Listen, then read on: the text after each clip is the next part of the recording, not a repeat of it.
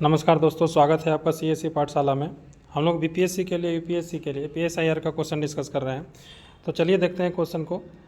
Question हम लोग PSIR का अभी पेपर 1 का डिस्कस कर रहे हैं, खास करके सेक्शन 1 जो है उसका क्वेश्चन को डिस्कस कर रहे हैं। कि चलिए देखते हैं क्वेश्चन। पहला क्वेश्चन है बुक ऑन रिप्रेजेंटेटिव गवर्नमेंट। यह बुक किसका है? यह बुक जेएस मिल का है। यह बुक किसका है? Book on representative government. यह बुक किसका है? जेएस मिल का है। याद रखिएगा, ऑन रिप्रेजेंटेटिव गवर्नमेंट। यह बुक किसका है? जेएस मिल का है। जेएस मिल के बारे में हम लोग बहुत सारे क्वेश्चन को डिस्कस किए हैं और भी डिस्कस कर रहे हैं। तो बुक ऑन रिप्रेजेंटेटिव गवर्नमेंट यह किसका बुक है? यह जेएस मिल का है। किस तरह के गवर्नमेंट को जेएस मिल ने सबसे अच्छा गवर्नमेंट का फॉर्म माना है? यानी कि गवर्नमेंट का फॉर्म बहुत तरह का होता है ना, ऑथोरिटेरियन होता है, टोटलिटेरियनिज्म भी होता है, डेमोक्रेसी भी होता है। तो किस तरह के गवर्नमेंट को जेएस मिल ने सबसे अच्छा फॉर्म ऑफ गवर्नमेंट माना है? तो लोकतंत्र यानी कि डेमोक्रेसी को सबसे अच्छा, खास करके जो डायरेक्ट डेमोक्रेसी है, प्रत्यक्ष लोकतंत्र है, उसको सबसे अच्छा लोकतंत्र माना है। मतलब कि अभी तक का जो सबसे अच्छा जो गवर्नमेंट है उसको लोकतंत्र यानी कि डेमोक्रेटिक फॉर्म ऑफ गवर्नमेंट यानी कि लोकतंत्र को, यानी कि खास करके प्रत्यक्ष लोकतंत्र को सबसे अच्छा जो लोकतंत्र गवर्नमेंट का फॉर्म माना है। किसने? जेएस मिल ने। चलिए अगला क्वेश्चन को देखते हैं। अगला क्वेश्चन है कि जेएस मिल ने best practicable form of democracy किसे माना जाए? जैसे कि एक है कि डायरेक्ट डेमोक्रेसी को तो उन्होंने अच्छा, लोकतंत्र को सबसे अच्छा गवर्नमेंट का प्रकार माना है।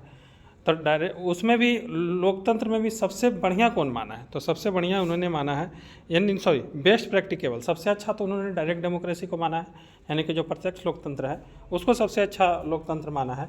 लेकिन अब पता है आपको कि जो मॉडर्न समय है, जिसमें कितना बहुत ज़्यादा पॉपुलेशन है, बहुत बड़ा एरिया होता है किसी भी देश का, डाइवर्सिटी बहुत ज़्यादा होता है, तो यानी कि प्लुरलिस्टिक सोसाइटी होती है जैसे कि भारत।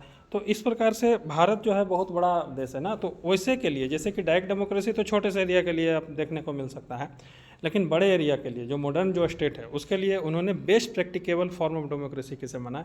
Representative democracy. मतलब कि जो याद होगा कि इलेक्शन होता है, इलेक्शन में हम लोग क्या करते हैं, अपने रिप्रेजेंटेटिव को चुन करके भेजते हैं।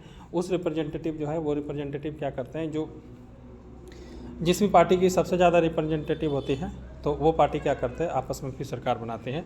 तो रिप्रेजेंटेटिव जो डेमोक्रेसी है उसको best practicable form of democracy माना है। चलिए देखते हैं अगला क्वेश्चन। अगला क्वेश्चन है कि जेएस मिल ने कॉलोनियल देशों के लिए, जो कॉलोनियल जो देश है, जेएस मिल ने कॉलोनियल देशों के लिए, जैसे कि भारत के लिए उन्होंने प्रत्यक्षता नहीं बोला है, लेकिन कॉलोनियल देशों के लिए जैसे भारत के लिए किस प्रकार के शासन को सबसे अच्छा बताया था?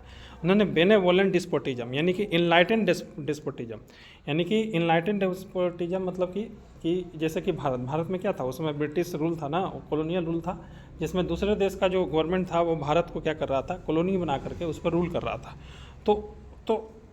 तो उस प्रकार के रूल को इन्होंने अच्छा बताया, यानी कि बेनेवोलेंट डिस्पोटिज्म, यानी कि एक प्रकार से जो दूसरे देश के जो शासक होते हैं, मतलब दूसरा देश जो होता है वो कॉलोनियल देश, यानी कि जो कॉलोनियल जिसको कॉलोनी बनाया है उसको इनलाइटेंड रूप से क्या करेगा, रूल करने की कोशिश करेगा।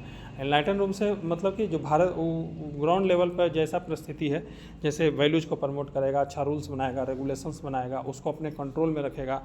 तो बेनेवोलेंट डिस्पोटिज्म मतलब कि बेनेवोलेंट डिस्पोटिज्म मतलब कि एक प्रकार से इसी से आप डिराइव कर सकते हैं वाइट माइंड बर्डनशिप, यानी कि गोरे लोग को क्या किया गया है, जिम्मेदारी दिया गया है कि जो असभ्य लोग हैं उसको रूल करने का अधिकार दिया गया है। यानी कि जेएस मिल ने कॉलोनियल देशों के लिए, भारत के लिए, कॉलोनियल देशों जैसे भारत के लिए उन्होंने बेनेवोलेंट डिस्पोटिज्म को, यानी कॉलोनियल कंट्री के लिए जिसको कॉलोनी बनाया है, उसमें एक प्रकार से उन्होंने कहा है डेमोक्रेसी इस्टाब्लिश करने के लिए नहीं, यानी कि वह देश खुद अपना रूल करे, वैसा नहीं बोले थे, बल्कि बेनेवोलेंट डिस्पोटिज्म कहे थे, यानी कि दूसरा देश जो है उस पर रूल करेगा, उसमें वैल्यूज प्रमोट करेगा, एथिक्स प्रमोट करेगा, लॉ एंड ऑर्डर को मेंटेन करने की कोशिश करेगा, सभ्य बनाने की कोशिश करेगा, जो कि बहुत गलत बात था। क्योंकि हर देश का क्या होता है, अपना लोकल कल्चर होता है, लोकल सिचुएशन होता है, और वह देश खुद को रूल करना चाहिए। यानी कि हर एक जो मतलब कि जो भारत जैसे जो देश है या जो भी देश है, डेमोक्रेसी को ही प्रमोट किया जाए, यानी कि लोकल सिचुएशन के अनुसार जो चीज़ें हैं उसको इम्प्लीमेंट किया जाए। हम आगे देखेंगे इन सारे कारणों से जेएस मिल को क्या कहा गया है, रिलक्टेंट डेमोक्रेट कहा गया है।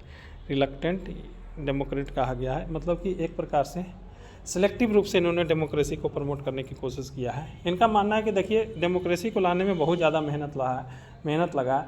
आप डेमोक्रेसी की यूं ही किसी को मत दे दीजिएगा, किसी को नहीं दे दीजिएगा, क्योंकि अगर डेमोक्रेसी अगर बर्बाद हो गई तो फिर वो बढ़िया नहीं है। इसलिए इन्होंने ऐसा बात किया है, जो कि बहुत गलत बात है, इसलिए इनको रिलक्टेंट डेमोक्रेट कहा गया है।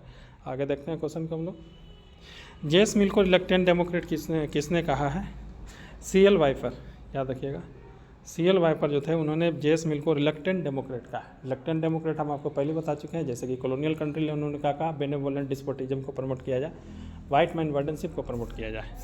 इसके अलावा हम और भी चीज़ें उन्होंने बोला है, जैसे कि प्लुरलिस्टिक वोटिंग की बात की थी, यानी कि डेमोक्रेसी के अंतर्गत प्लुरलिस्टिक वोटिंग मतलब कि प्लुरलिस्टिक मतलब कि एक प्रकार से अगर किसी आदमी का अगर एक कॉन्स्टिट्यूंसी के अलावा दूसरे भी कॉन्स्टिट्यूंसी में अगर उसको संपत्ति है तो दोनों जगह उनको वोट देने का अधिकार दिया जाए। इसके अलावा इन्होंने वेटेड जो वोटिंग है उसको प्रमोट किया था। वेटेड वोटिंग मतलब कि अगर किसी कॉन्स्टिट्यूंसी में अगर उसको बहुत ज़्यादा अगर कोई पर्सन के पास बहुत ज़्यादा संपत्ति है आम लोगों के अपेक्षाकृत, तो उसकी जो वोट के वैल्यू हो वो ज़्यादा कंसिडर किया जाए। तो इसलिए इनको रिलक्टेंट डेमोक्रेट भी कहा गया है। यह किसने कहा है? CL वाइपर ने। अगला क्वेश्चन देखते हैं हम लोग, रिवीजन का question. Pleasure is a quantitative term nor qualitative term, एक स्टेटमेंट किसका है? बेंथम ने बोला है कि प्लेजर जो है वो क्वांटिटेटिव टर्म है, ना कि क्वालिटेटिव टर्म है। क्वांटिटेटिव मतलब कि maximum happiness of maximum number, जिसमें प्लेजर जो प्लेजर पर ध्यान दिया गया है, जो हैप्पीनेस पर ध्यान दिया गया है कि लोग अपना मैक्सिमम हैप्पीनेस पर ध्यान दें, तो ये जो हैप्पीनेस है वो एक प्रकार से क्वांटिटेटिव टर्म है, ना कि क्वालिटेटिव टर्म है। यानी कि अगर मान लीजिए कि पुष्पिन खेलते हैं और एक कवि का पोएट है, वो पोएट गाता है, कवि गीत गाता है या फिर पोएम गाता है, तो दोनों में अगर उसको हैप्पीनेस जो मिलेगा, प्लेजर मिलेगा, वो सेम मिलेगा। ऐसा नहीं है कि दोनों का जो क्वालिटी है, दोनों का जो क्वालिटी है वो अलग अलग है, बल्कि क्वालिटी सेम रहेगा।